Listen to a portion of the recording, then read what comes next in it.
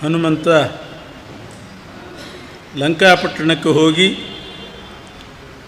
ಸೀತಾದೇವಿಯರನ್ನು ಕಂಡು ರಾಮಾಂಗುಲೀಯಕವನ್ನು ಕೊಟ್ಟು ಸೀತಾದೇವಿ ಕೊಟ್ಟಿರ್ತಕ್ಕಂಥ ಚೂಡಾಮಣಿಯನ್ನು ತಂದು ರಾಮದೇವರ ಪಾದದಲ್ಲಿಟ್ಟು ನಮಸ್ಕಾರ ಮಾಡ್ತಾನೆ. ರಾಮದೇವರು ಕೂಡ ಹನುಮಂತನಿಗೆ ಇಂಥ ಒಂದು ಅದ್ಭುತವಾದ ಕಾರ್ಯ ಮಾಡಿದ್ದಕ್ಕೆ, ಸೀತೆಯ ಶುಭ ವೃತ್ತಾಂತವನ್ನು ಹೇಳಿದ್ದಕ್ಕೆ ಪ್ರತಿಯಾಗಿ ರಾಮದೇವರು ಹನುಮಂತನಿಗೆ ದೃಢವಾಗಿ ಆಲಿಂಗನೆ ಮಾಡಿಕೊಂಡ್ರಂತೆ. ಸಮಾಶ್ಲಿಷದಮಂ ಪರಮಾಭಿತುಷ್ಟ. ಬಹಳ ಸಂತೋಷ ಆಯಿತು ರಾಮದೇವರಿಗೆ ಹನುಮಂತನ ಮೇಲೆ. ಸಾಧಾರಣವೇ ಈ ಕೆಲಸ. ಏಕಾಕಿ ಯೋವಿಷದ್ರಕ್ಷಃಪುರೀಂ ರಾವಣ ಪಾಲಿತಾಂ ಅಂತಾರೆ. ಏಕಾಕಿಯಾಗಿ ರಾಕ್ಷಸರ ಪಟ್ಟಣಕ್ಕೆ ಹೋಗೋದು ಅಂದರೆ ಏನರ್ಥ? ಕೇವಲ ರಾಕ್ಷಸರೇ ತುಂಬಿದಂಥ ಪಟ್ಟಣಕ್ಕೆ ಏಕಾಕಿಯಾಗಿ ಹೋಗಿದ್ದಾನೆ ಹನುಮಂತ. ಎಂಥ ಧೈರ್ಯ! ಏಕಾಕಿಯಾಗಿ ತಮ್ಮ ಮನೇಲಿ ತಮಗಿರಲಿಕ್ಕೆ ಧೈರ್ಯ ಇರೋದಿಲ್ಲ ಕೆಲವರಿಗೆ. ತಾವೇ ಕಟ್ಟಿಸ್ಕೊಂಡ ಮನೆ ತಾವೇ ಇರಬೇಕು ಅಂತಂದರೆ ಇನ್ನೊಬ್ಬರ ಜೊತೆಗೆ ಬೇಕು. ಅಂಥದ್ದು ರಾಕ್ಷಸರ ಪಟ್ಟಣಕ್ಕೆ ಏಕಾಕಿಯಾಗಿ ಹೋಗಬೇಕಾದರೆ ಬಹಳ ಧೈರ್ಯ ಬೇಕು. ಅಂಥ ಧೈರ್ಯಶಾಲಿಯಾಗಿ ಹೋಗಿ ಆ ಲಂಕಾಪಟ್ಟಣಕ್ಕೆ ಬೆಂಕಿ ಹಚ್ಚಿ ಅದನ್ನು ಭಸ್ಮ ಮಾಡಿ ಬಂದು ರಾಮದೇವರ ಪಾದಕ್ಕೆ ನಮಸ್ಕಾರ ಮಾಡಿದ್ದಾನೆ. ಹನುಮಂತ ಕ್ಷಿಪ್ರದಲ್ಲಿ ಈ ಕೆಲಸ ಮಾಡಿದ್ದಾನೆ. ಎಷ್ಟೋ ದಿವಸ ಏನೂ ತಗೊಳ್ಳಿಲ್ಲ. ಅದರಿಂದ ರಾಮದೇವರು ಪರಮಾಭಿತುಷ್ಟ, ಸಂತೋಷ, ಅತ್ಯಂತ ಸಂತುಷ್ಟರಾಗಿ ಆಲಿಂಗನೆ ಮಾಡಿಕೊಂಡರು. ಮುಂದೇನು ಕಾರ್ಯ ಅಂತ ಸಮಾಲೋಚನೆ ಮಾಡಿದರು. ಹನುಮಂತ ಹೇಳ್ತಾನೆ, ನಾನು ರಾವಣನನ್ನು ವಿಚಾರಿಸಿದೆ. ಒಳ್ಳೆ ಮಾತಿನಲ್ಲಿ ನೀನು ತಂದುಕೊಡು ಸೀತೆಯನ್ನು. ರಾವಣ, ನೀನು ಸೀತೆಯನ್ನು ಒಪ್ಪಿಸಿದರೆ ನಿನಗೂ ಮತ್ತು ರಾಮನಿಗೂ ಬಹಳ ಮೈತ್ರಿಯನ್ನು ಉಂಟು ಮಾಡ್ತೇನೆ ನಾನು. ನೀವಿಬ್ಬರು ಪರಸ್ಪರ ಸ್ನೇಹಿತರಾಗಿರಬಹುದು. ಇಲ್ಲದೇ ಇದ್ದರೆ ರಾಮನ ವೈರ ಕಟ್ಕೋಬೇಕಾಗ್ತದೆ. ಇಲ್ಲ, ಸೀತೆಯನ್ನು ಅಪಹಾರ ಮಾಡಿಕೊಂಡು ಬಂದಿದ್ದೇನೆ, ನಾನಾಗಿ ಹೋಗಿ ಒಪ್ಪಿಸ್ಲಿಕ್ಕೆ ಹೋದರೆ ನನ್ನನ್ನೇನಾದರೂ ಮಾಡಿಯಾನು ರಾಮ ಅಂತ ನೀನು ಭಯಪಡ್ಬೋದು.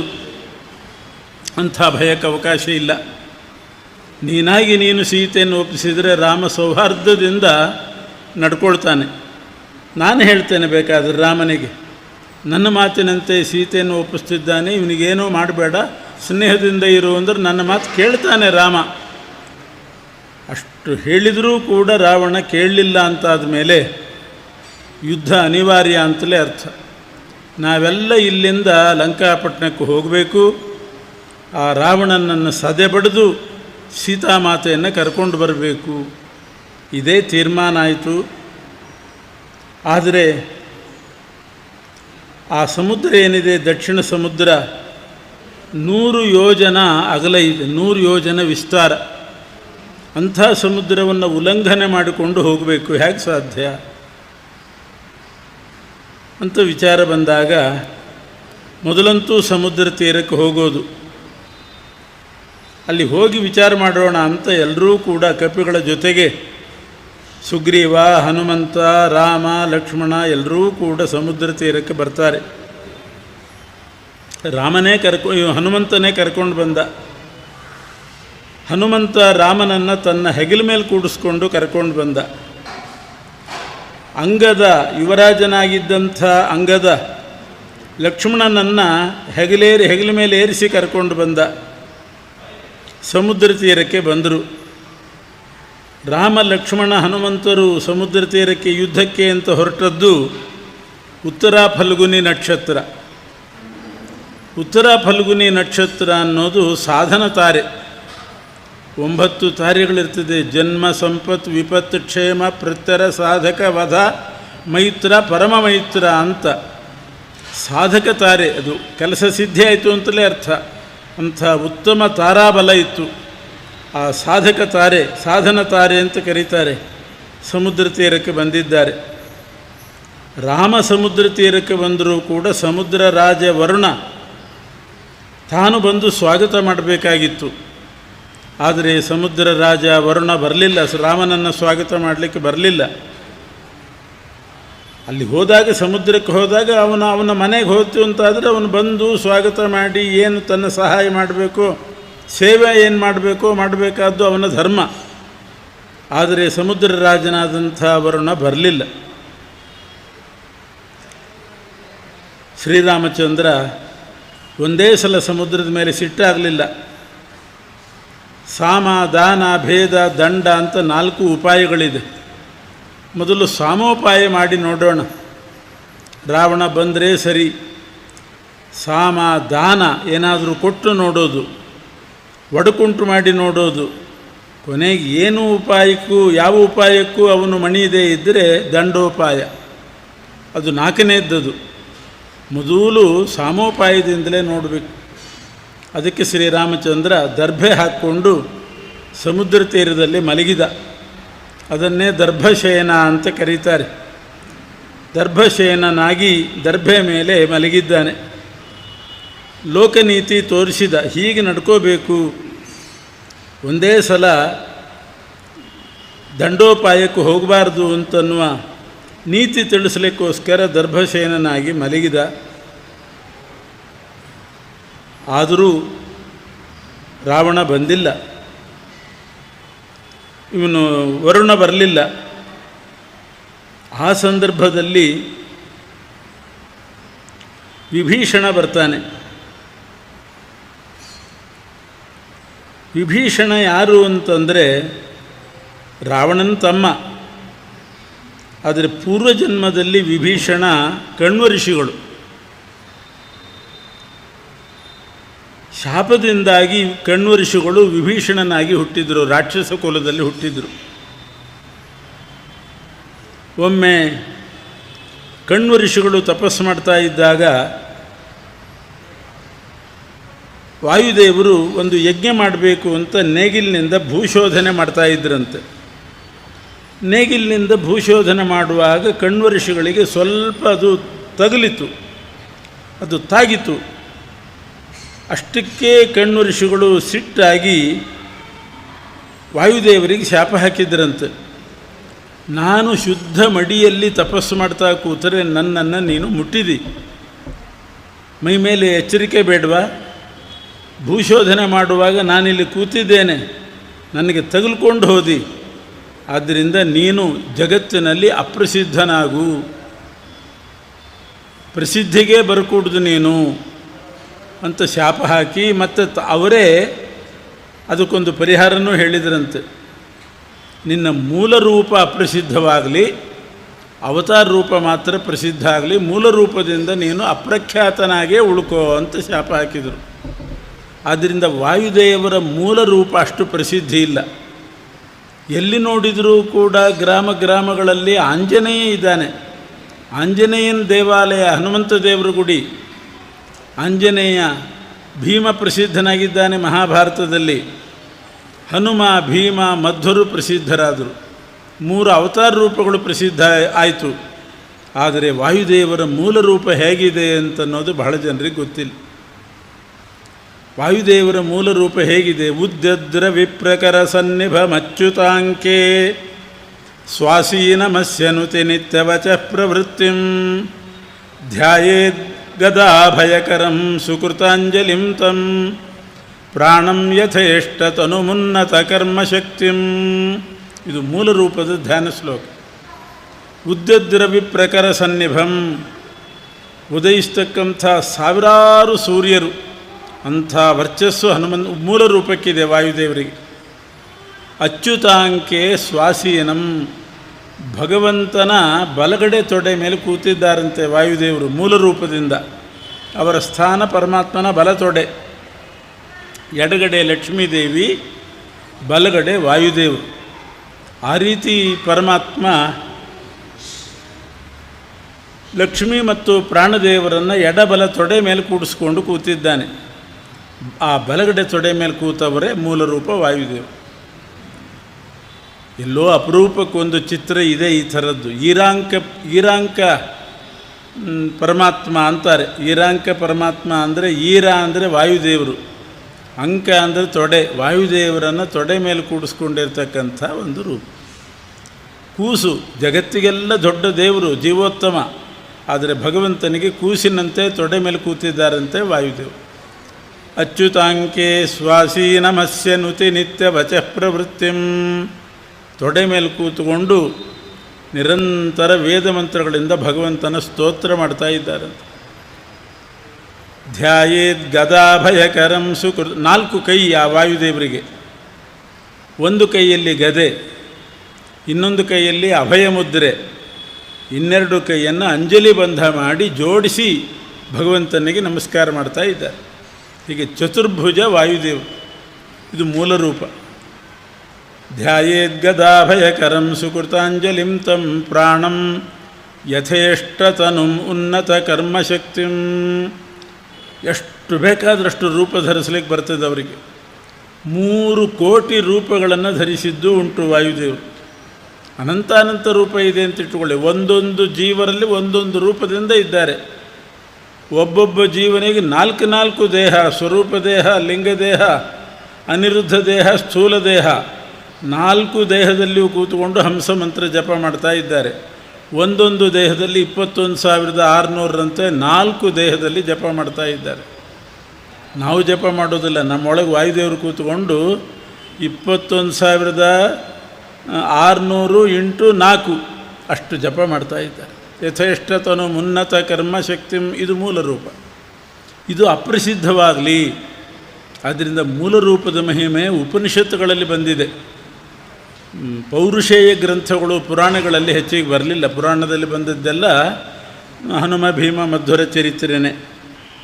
ಹೀಗೆ ಕಣ್ವ ಋಷಿಗಳು ವಾಯುದೇವರು ತಮ್ಮನ್ನು ಮುಟ್ಟಿದರು ಅಂತ ಹೇಳಿ ಸಿಟ್ಟಾಗಿ ಸ್ವಲ್ಪ ಕಲಿ ಪ್ರಭಾವದಿಂದ ಶಾಪ ಕೊಟ್ಟುಬಿಟ್ರು. ಅದಕ್ಕೆ ವಾಯುದೇವರು ಪ್ರತಿಯಾಗಿ ಶಾಪ ಕೊಟ್ಟರು ಕಣ್ವ ಋಷಿಗಳಿಗೆ. ನನಗೇ ಶಾಪ ಕೊಡ್ತೀಯಲ್ಲ, ನಾನು ಮುಟ್ಟಿದರೆ ಮಡಿಯಾಗ್ತಾರೆ, ಅಂಥದ್ದು ನಾನು ಮುಟ್ಟಿದ್ದರಿಂದ ನೀನು ಮೈಲಿಗೆ ಆದಿ ಅಂತ ನನಗೆ ಶಾಪ ಕೊಟ್ಟಿದ್ದಿ. ನೀನು ರಾಕ್ಷಸ ಕುಲದಲ್ಲಿ ಹುಟ್ಟು ಅಂತ ಶಾಪ ಕೊಟ್ಟುಬಿಟ್ರು. ಆದ್ದರಿಂದಲೇ ಆ ಕಣ್ವ ಋಷಿಗಳು ವಿಭೀಷಣನಾಗಿ ಹುಟ್ಟಿದರು. ರಾಕ್ಷಸ ಕುಲ ಅಂದರೆ ರಾವಣನ ಕುಲ, ರಾವಣನ ತಮ್ಮನಾಗಿ ಹುಟ್ಟಿದರು. ಮುಂದೆ ಯಾವಾಗ ಹನುಮಂತ ಬಂದು ಅಂದರೆ ನಾನೇ ನಿನ್ನನ್ನು ಉದ್ಧಾರ ಮಾಡ್ತೇನೆ ಅಂತಲೂ ಹೇಳಿದರು ವಾಯುದೇವರು. ಆದ್ದರಿಂದಲೇ ವಿಭೀಷಣ ರಾವಣನ ತಮ್ಮನಾಗಿ ಹುಟ್ಟಿದವನು ಲಂಕಾಪಟ್ಟಣದಲ್ಲೇ ಇದ್ದ.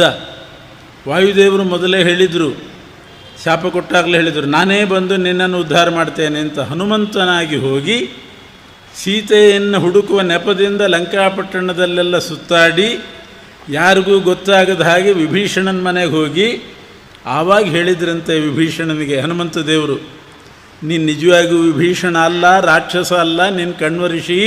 ಹಿಂದಿನ ಜನ್ಮದಲ್ಲಿ ನಾನು ಶಾಪ ಕೊಟ್ಟಿದ್ದೆ, ಆದ್ದರಿಂದ ವಿಭೀಷಣನಾಗಿ ಹುಟ್ಟಿದ್ದಿ. ಸಾಕು ಈ ರಾಕ್ಷಸರ ಸಹವಾಸ, ಅಣ್ಣನ ಸಹವಾಸ ಸಾಕು. ಏನಾದರೂ ಒಂದು ನೆಪ ಮಾಡಿಕೊಂಡು ನನ್ನ ಕಡೆ ಬಂದುಬಿಡು, ಇದು ರಾಮದೇವರ ಕಡೆ ಬಂದುಬಿಡು ನೀನು ಅಂತ ಹನುಮಂತ ಲಂಕಾಪಟ್ಟಣದಲ್ಲಿ ಸೀತೆಯನ್ನು ಹುಡುಕುವಾಗ ಹೇಳಿದ್ನಂತೆ ವಿಭೀಷಣನಿಗೆ. ವಿಭೀಷಣಂದ ಹೇಗೆ ಬರಲಿ, ಅಣ್ಣನ ಬಿಟ್ಟು ಹೇಗೆ ಬರಬೇಕು ಅಂತ. ಏನಾದರೂ ಒಂದು ನೆಪ ಮಾಡಿಕೊಂಡು ಬಾ ಅಂತ. ಅವನು ಸೀತಾಪಹಾರ ಮಾಡಿಕೊಂಡು ಬಂದಾಗ ಇಲ್ಲಿ ಇವರು ಯುದ್ಧಕ್ಕೆ ಹೋಗೋದು ಅಂತ ವೃತ್ತಾಂತ ಅಲ್ಲಿ ಬಂತು ಲಂಕೆಯಲ್ಲಿ. ಅವರಲ್ಲಿ ಸಮಾಲೋಚನೆ ಮಾಡ್ತಾ ಇದ್ದಾರೆ, ಏನು ಮಾಡೋದು ಈಗ, ರಾಮ ಬರ್ತಾ ಇದ್ದಾನಂತೆ ಯುದ್ಧಕ್ಕೆ, ಏನು ಮಾಡೋದು ಅಂತ ಒಂದು ಮಂತ್ರಾಲೋಚನೆ ಮಾಡಿದರು. ಆಗ ವಿಭೀಷಣ ಹೇಳಿದನಂತೆ, ಏನು ಮಾಡೋದು, ಇನ್ನೇನೂ ಮಾಡೋದು ಬೇಡ, ಸುಮ್ಮನೆ ಸೀತೆಯನ್ನು ಒಪ್ಪಿಸಿ ಬಾ ಅಂತ ಅಂದಂತೆ. ನೀನು ಮತ್ತೆ ಮತ್ತೆ ಅದೇ ಮಾತಾಡ್ತಾ ಇದ್ದಿ, ರಾಮನ ಕಡೆಯೇ ಸೇರಿಕೊಂಡಿದ್ದಿ, ಇಲ್ಲಿ ನನ್ನ ತಮ್ಮನಾಗಿ ಹುಟ್ಟಿದ್ದಿ, ಅಲ್ಲಿ ರಾಮನ ಪಕ್ಷ ಹಿಡಿದು ಮಾತಾಡ್ತಿದ್ದಿ, ಮೊದಲು ನೀನೇ ಹೋಗಿ ಅಲ್ಲಿಗೆ ಅಂತ ಅಂದ್ಬಿಟ್ನಂತೆ. ಅಷ್ಟೇ ಸಾಕಾಗಿತ್ತು. ಅಂತೂ ಅನುಮತಿ ಸಿಕ್ತು ಅಂತಂದ ವಿಭೀಷಣ ಬಂದ್ಬಿಟ್ಟು. ಇಂಥ ಉಪಾಯ ಮಾಡಿಕೊಂಡು ರಾವಣನ ಬಾಯಿಯಲ್ಲೇ ನೀನು ಹೋಗಾಚೆ ಅಂತ ಹೇಳಿಸ್ಕೊಂಡು ವಿಭೀಷಣ ಶರಣಾಗತನಾಗಿ ಬಂದಿದ್ದಾನೆ. ರಾಮ ದರ್ಭಾಸನದಲ್ಲಿ ದರ್ಭಸೇನನಾಗಿ ಮಲಗಿದಾಗ ಈ ರೀತಿ ರಾವಣನಿಂದ ಅನುಮತಿ ತಗೊಂಡು ವಿಭೀಷಣ ಬಂದ. ಎಲ್ಲರೂ ಕೂಡ ವಿಚಾರ ಮಾಡಿದರು, ಲಂಕೆ ಕಡೆಯಿಂದ ಬರ್ತಾ ಇದ್ದಾನೆ ವಿಭೀಷಣ. ಸೇರಿಸ್ಕೋಬೇಕೋ ಬೇಡವೋ ಅಂತ ಒಂದು ಚರ್ಚೆ ನಡೀತು.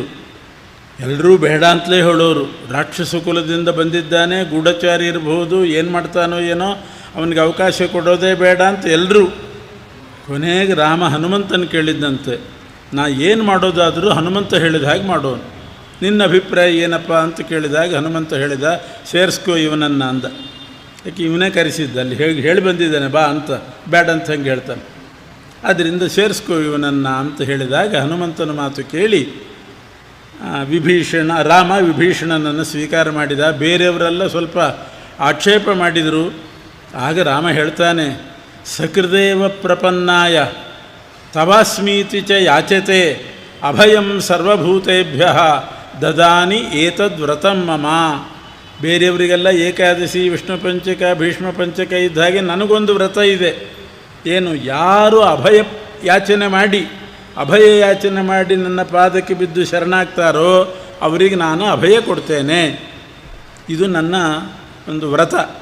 ಆದ್ದರಿಂದ ನಾನು ಶರಣಾಗತನಾಗಿ ಬಂದಂಥ ವಿಭೀಷಣನನ್ನು ಕೈ ಬಿಡೋದಿಲ್ಲ. ಒಂದೂ ಶರಣಾಗತನಾಗಿ ಬಂದಿದ್ದಾನೆ ಮತ್ತು ಹನುಮಂತನು ಹೇಳ್ತಿದ್ದಾನೆ ಸೇರಿಸ್ಕೋ ಅಂತ, ಅವನ ಮಾತು ತೆಗೆದುಹಾಕೋದಿಲ್ಲ. ಶರಣಾಗತನಾಗಿಯೂ ಬಂದಿದ್ದಾನೆ. ಆದ್ದರಿಂದ ವಿಭೀಷಣನ ಸೇರಿಸ್ಕೋತೇನೆ ಅಂತ ವಿಭೀಷಣನನ್ನು ತನ್ನ ಕಡೆ ಸೇರಿಸ್ಕೊಂಡ.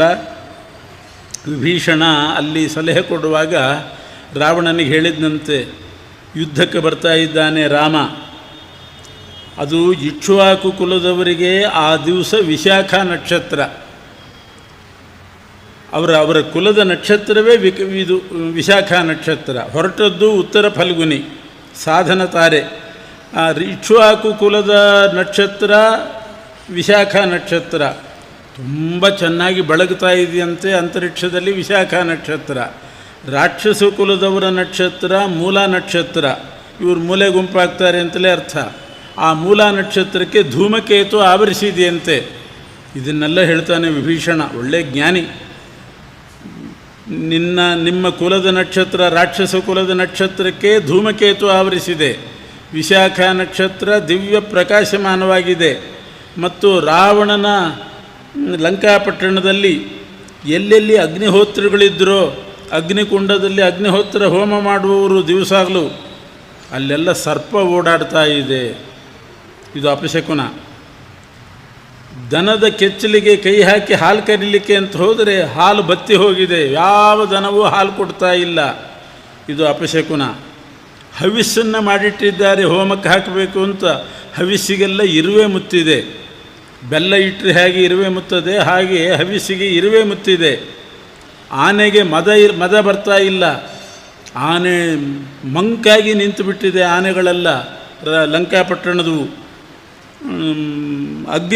ಅಗ್ನಿ ಜ್ವಲಿಸಬೇಕು ಅಂತ ಹೊರಟ್ರೆ ಬರೀ ಹೊಗೆ ಬರ್ತಾ ಇದೆ ಹೊರತು ಬೆಂಕಿನೇ ಬರ್ತಾ ಇಲ್ಲ, ಜ್ವಾಲೆನೇ ಇಲ್ಲ. ಹೀಗೆ ನಾನಾ ವಿಧವಾದ ಅಪಶಕುನಗಳನ್ನೆಲ್ಲ ಬಿಡಿಸಿ ಹೇಳಿದ್ದ ವಿಭೀಷಣ. ಆದರೂ ಕೂಡ ರಾವಣ ಕೇಳಿದ್ದಿಲ್ಲ. ಇಲ್ಲಿ ಒಳ್ಳೆ ಮುಹೂರ್ತ, ಹೊರಟಿದ್ದಾರೆ. ವರುಣ ಬಂದ ಅಷ್ಟೊತ್ತಿಗೆ. ಇನ್ನೇನು ರಾಮ 3 ದಿವಸ ಕಾದ ದರ್ಭಾಸೇನದಲ್ಲಿ. ವರುಣ ದೇವರು ಬರಲಿಲ್ಲ ಅಂತಾದಾಗ ಒಂದು ಬಾಣ ತೆಗೆದ. ಸಮುದ್ರವನ್ನೇ ಒಣಗಿಸಿಬಿಡ್ತೇನೆ ಅಂತ ಬಾಣ ತೆಗೆದಾಗ ವರುಣ ಬಂದ. ಸಂಭ್ರಮದಿಂದ ತಲೆ ಮೇಲೆ ಹೂವು, ಹಣ್ಣು, ಫಲವಸ್ತುಗಳು, ಹಾರ ಎಲ್ಲ ಹಿಡ್ಕೊಂಡು ಬಂದು ಕ್ಷಮಾಯಾಚನೆ ಮಾಡ್ತಿದ್ದಾನೆ. ನೀನು ಕೋಪ ಮಾಡಬೇಡ, ನಾವೆಲ್ಲ ಅಜ್ಞಾನಿಗಳು. ನೀನು ಬಂದದ್ದು ಗೊತ್ತಾಗಲಿಲ್ಲ, ನಿನಗೆ ಸತ್ಕಾರ ಮಾಡಬೇಕು ಅಂತ ಹೊಳಿಲಿಲ್ಲ. ಇಂಥ ಅಜ್ಞಾನಿಗಳಾಗಿದ್ದೇವೆ. ನಿನಗಿದ್ದಷ್ಟು ಜ್ಞಾನ ನಮಗೇ ಇದ್ದರೆ ನಾವೇ ರಾಜರಾಗ್ತಿದ್ವಿ, ನೀನೇ ಭೃತ್ಯ ಆಗ್ತಿದ್ವಿ.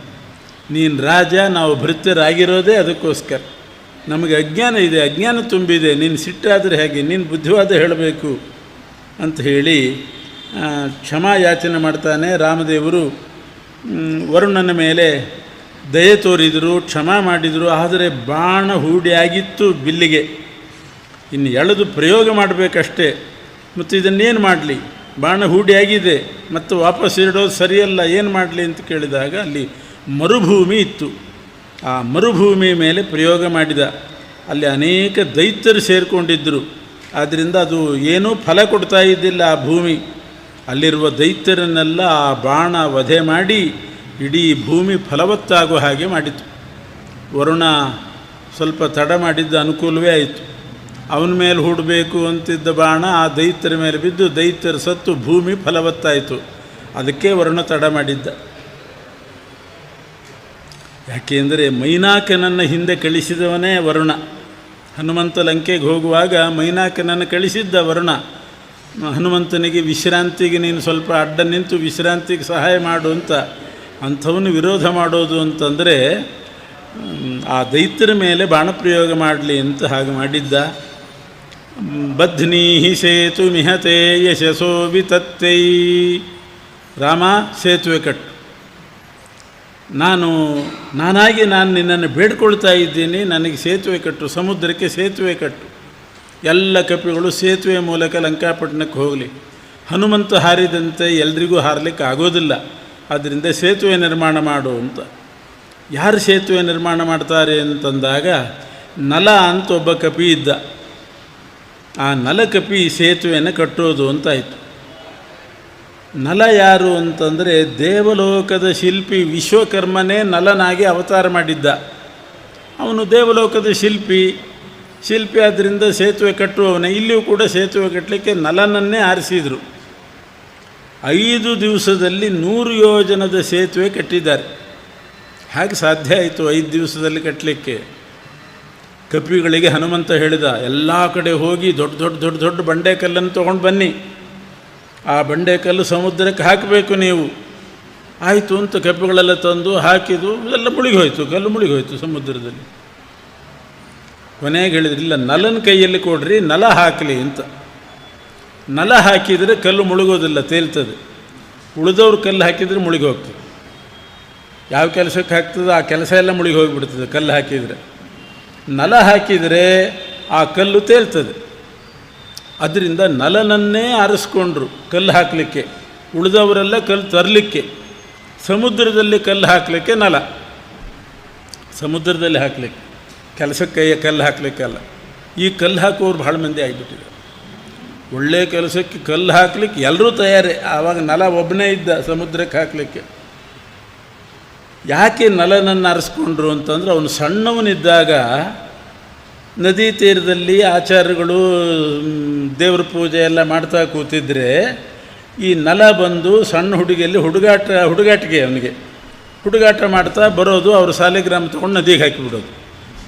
ಇದು ಇರೋದೇ ಒಂದೊಂದು ಸಾಲಿಗ್ರಾಮ ಇರ್ತದೆ, ನದಿಗೆ ಹಾಕಿಬಿಟ್ರೆ ಏನು ಮಾಡಬೇಕು? ಕೊನೆಗೆ ಎಲ್ಲ ಋಷಿಗಳು ಸೇರಿ ನಲನಿಗೆ ಶಾಪ ಹಾಕಿದ್ರಂತೆ. ನೀನಿನ್ನ ಮೇಲೆ ನದಿಗೆ ನೀರಿಗೆ ಯಾವುದು ಹಾಕಿದ್ರು ಕೂಡ ಅದು ಮುಳುಗಬಾರ್ದು, ತೇಲಬೇಕು ಅಂತ ಶಾಪ ಹಾಕಿದ್ರಂತೆ. ಇದು ಶಾಪ ಹಾಕಿದ್ರು, ಅದು ವರ ಆಯ್ತು. ಈಗ ಸಂತ್ಯಕ್ತ ಭವತ ತ್ರಿಲೋಕ ಗುರುಣ, ಹೀಗೆ ಅದು ವರದಿಂದ ಅದು ವರ ಆಯಿತು. ನಲ ಹಾಕಿದ್ದೆಲ್ಲ ತೇಲ್ತಾ ಇತ್ತು.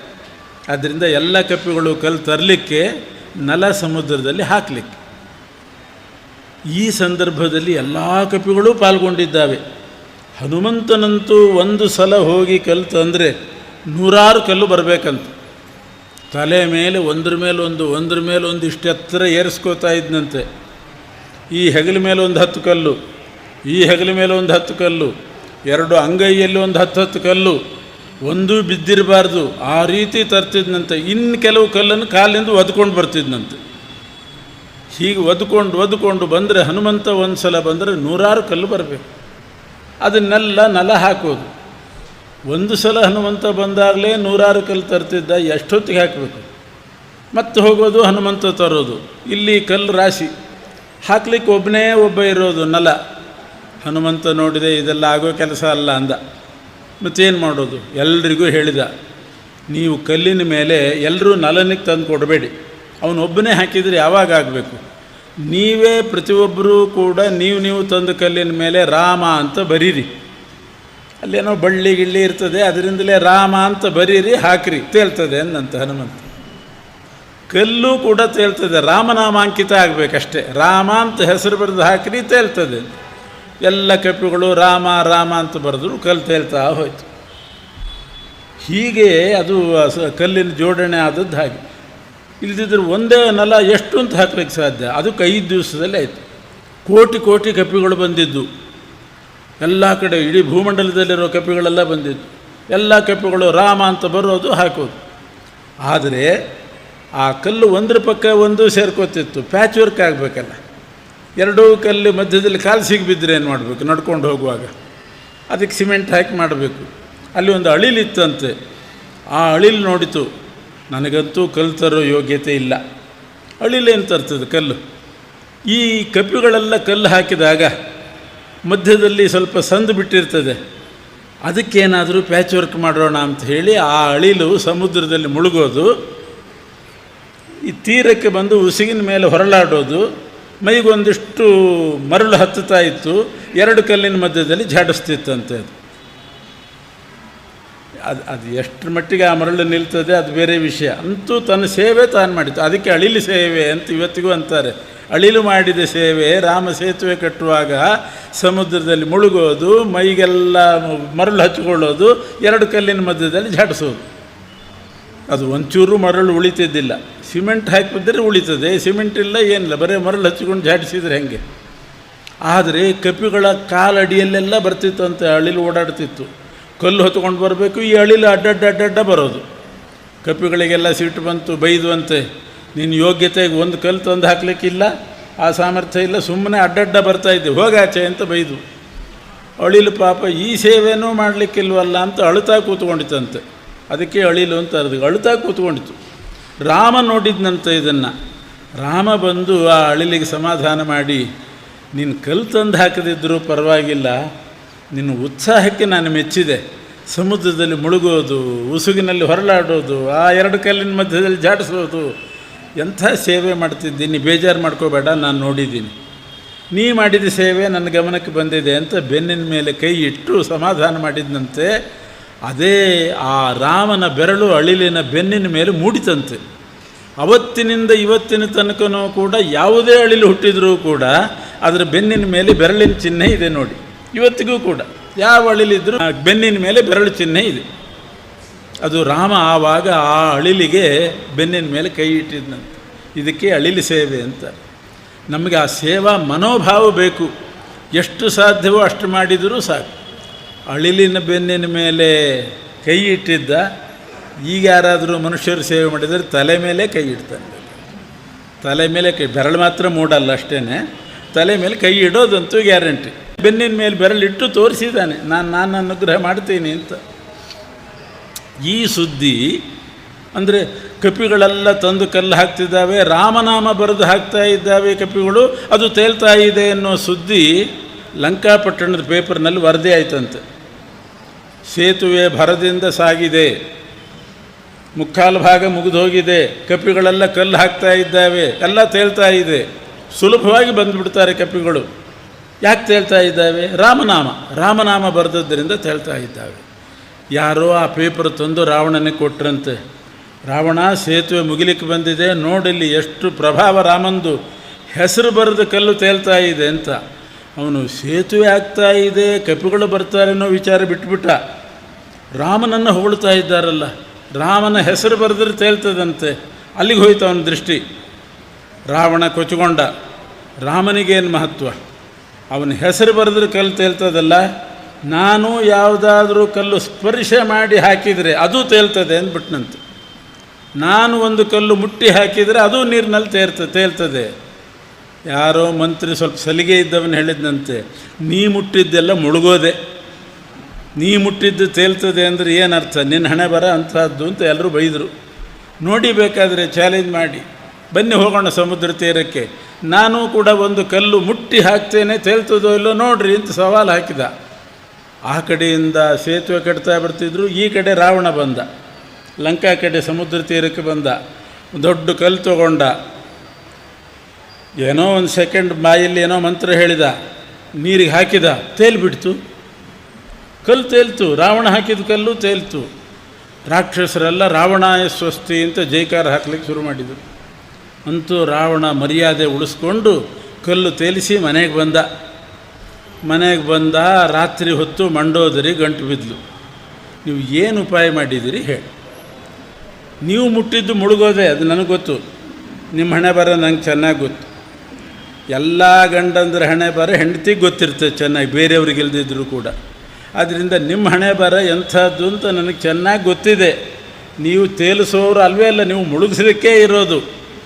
ಆದರೆ ನೀವು ಹಾಕಿದ ಕಲ್ಲು ತೇಲ್ತು ಅಂತಂದರೆ ಏನು ಮಾಡಿದ್ರಿ ಹೇಳಿ. ನಾಳೆ ನಿಮಗೆ ಫಳಾರ ಬೇಕು ಅಂದರೆ ಹೇಳಬೇಕು, ಏನು ಮಾಡಿದ್ರಿ ಹೇಳಿ ಅಂತ ಬಹಳ ಒತ್ತಾಯ ಮಾಡಿದ್ಲು. ರಾವಣ ಗುಟ್ಟಾಗಿ ಹೇಳಿದ, ಯಾರಿಗೂ ಹೇಳಬೇಡ ಅಂದ. ಮೊದಲು ಯಾರಿಗೂ ಹೇಳಬೇಡ, ನಾನು ಆ ಕಲ್ಲು ಹಿಡ್ಕೊಂಡು ಒಂದು ಮಂತ್ರ ಹೇಳಿದ್ನಲ್ಲ, ಮಂತ್ರ ಎಲ್ಲಿ ಬರಬೇಕು ನನಗೆ, ಮಂತ್ರ ಇಲ್ಲ ಗಿಂತ್ರ ಇಲ್ಲ. ರಾಮ ನನ್ನ ಮರ್ಯಾದೆ ಉಳಿಸೋ, ನಿನ್ನ ನಾಣೆ ಮಾಡ್ತೀನಿ, ನಿನ್ನ ಕಾಲು ಹಿಡಿತೀನಿ, ನನ್ನ ಮರ್ಯಾದೆ ಉಳಿಸೋ ಅಂತ ರಾಮನ ಕೇಳ್ಕೊಂಡು ಹಾಕಿದೆ. ರಾಮ ಉಳಿಸಿದ್ದು ಅಂತ ಅನ್ನಂತೆ. ತೇಲಿಸಿದ್ದು ರಾಮ, ನಾನಲ್ಲ, ನಾನು ರಾಮನ ಬೇಡ್ಕೊಂಡು ಹಾಕಿದೆ ಅಂತ ಅನ್ನಂತೆ.